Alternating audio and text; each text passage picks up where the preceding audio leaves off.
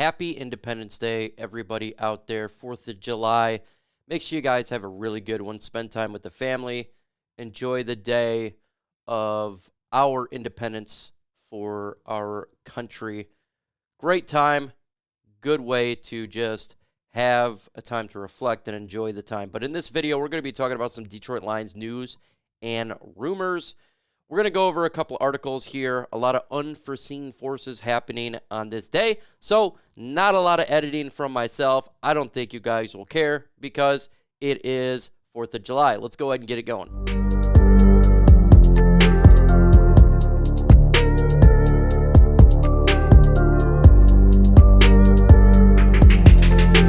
We're going to get into some interesting articles here, and from Side Lion, they got a good one here talking about potentially of 3 veterans being cutted. I've seen the list already, so I'm going to give you my thoughts really quick on these players and how this thing goes here. So the first one of the player that would be cut before week 1 is Christian Covington, the defensive lineman. We signed him just not even that long ago, just about a month and a half ago, and he was just an extra defensive lineman for the rotation here. Now, I actually had him making the roster just because I feel like the interior defensive line's a little bit weak, but they have him not making the roster. So it's interesting who would actually replace him for that spot. I think he does make the team because we need the veteran help. We absolutely do. I think it's a position of, I want to say weakness, but maybe the weakest at depth of all the team, and which is not bad at all because I feel like this team's really good at depth. But I actually do have him making the football team. So right now, I got a question for you guys. Do you have Christian Covington making the team? Y for yes and N for no? Let me know your thoughts in the comments below. Let's go ahead and continue on here with the second veteran they have not making the roster here, and that's tight end Shane Zylstra. I absolutely 100% agree. There's just so many tight ends on this football team right now. James Mitchell, who they drafted last year, Sam Laporta, who they drafted this year, and we got Brock Wright, who has been pretty good as an undrafted rookie. It seems like to me that Shane Zylstra is the one on his way out. I like him a lot. I do, and I hope he makes the practice squad, and he's a player that we could have in if there is some injuries, because the Lions need all of the best players that we can have, not just on the 53, but on the practice squad as well. And this is what happens when you have a good roster. You end up cutting players that are good. It's just what happens, and other teams pick them up, and they build their roster. That's how we got some good players throughout our tenure here. So I agree with this one, unfortunately, because I like him. I do think he's going to get cut. Next player here is really interesting. They got Craig Reynolds not making the football team, running back. It's possible that he doesn't make the football team. I think he does because he's good with both styles of running that we have right now. He can be a player who can pound those extra yards, and he can get it out of the backfield as well. He's not immensely great at anything, but he is a pretty damn good player all around. Now, he was injured last year, and I think that is something that we got to monitor through training camp is, does he stay healthy? If he stays healthy, I think he makes the team. But if injuries creep back up on him, he could be an individual that is cut. Maybe he does make the practice squad. It's going to be Craig Reynolds, Jermar Jefferson, Mohamed Ibrahim for that final roster or running back spot. And you can throw in Jason Kabinda there, who's kind of like tight end, fullback, running back, wherever you want to put.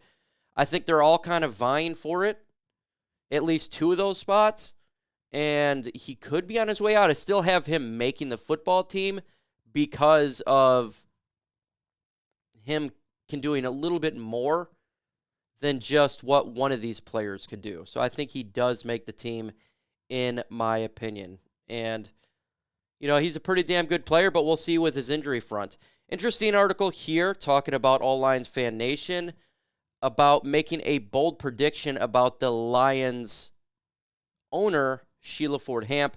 Lions fans have been talking about selling the owner selling the Lions to getting a new owner.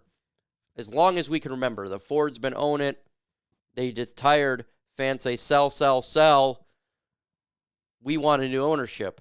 And this article is talking about bold prediction that that's not the case anymore with Sheila Ford Hamp. I don't know if it's really a bold prediction. I think Sheila Ford Hamp has done a phenomenal job since she has taken over. I think she's the best Lions owner that we've had. I think a lot of fans like her. What she did immediately was firing Matt Patricia and Quinn Trisha regime. Smart move. Brought in Spielman. Brought in Barry Sanders. Turn around. Got Brad Holmes and Dan Campbell. Made up with Calvin Johnson. And is giving every resource to this leadership of the Lions that she possibly could do. She's involved. She's a Lions fan.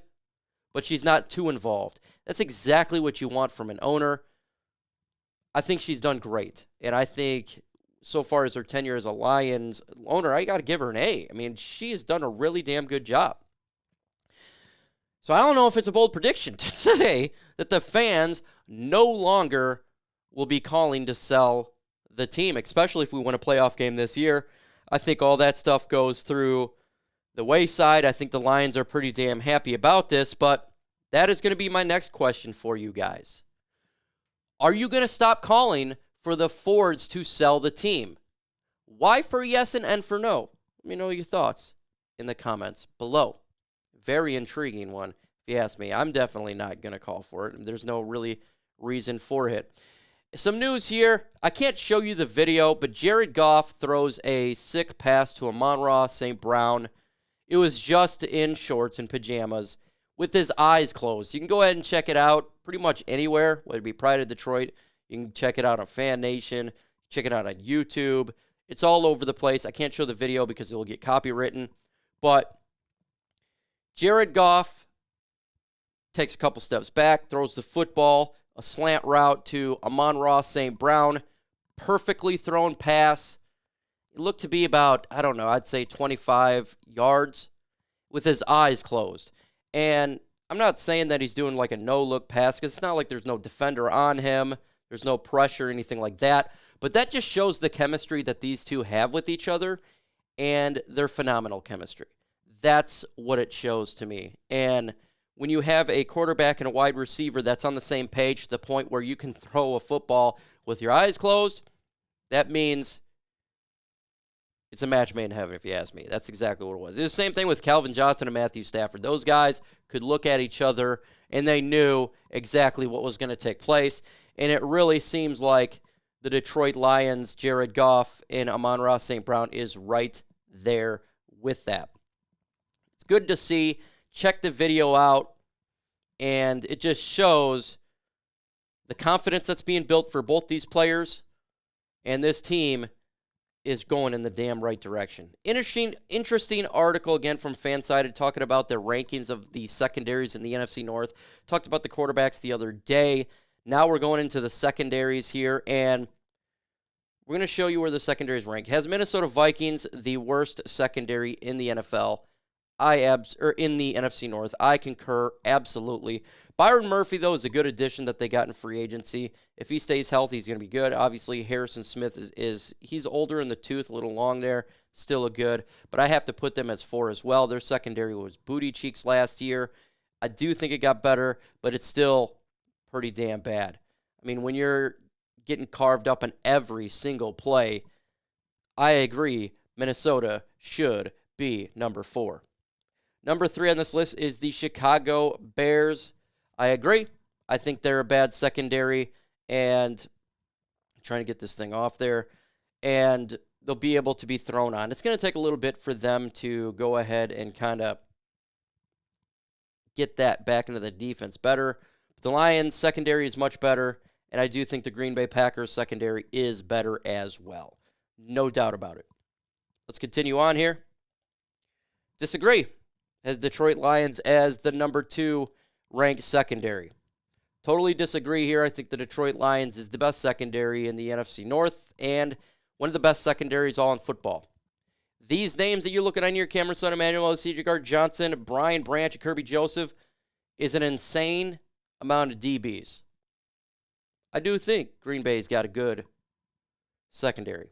Detroit Lions secondary is completely revamped and ridiculous. It is ridiculous.